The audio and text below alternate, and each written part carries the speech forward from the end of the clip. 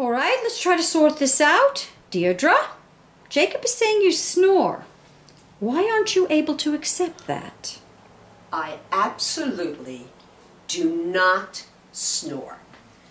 The truth of the matter is Jacob has sleep issues and he blames me. Look, I don't have any issues. I cannot sleep because you keep me awake all night with your snoring. All right, okay, I okay. do not snore. All right. Yes, you do. I do not. I have an easy sleep solution to this problem. Earplugs. Here. Why don't you try those? And let's make an appointment for next week. All right?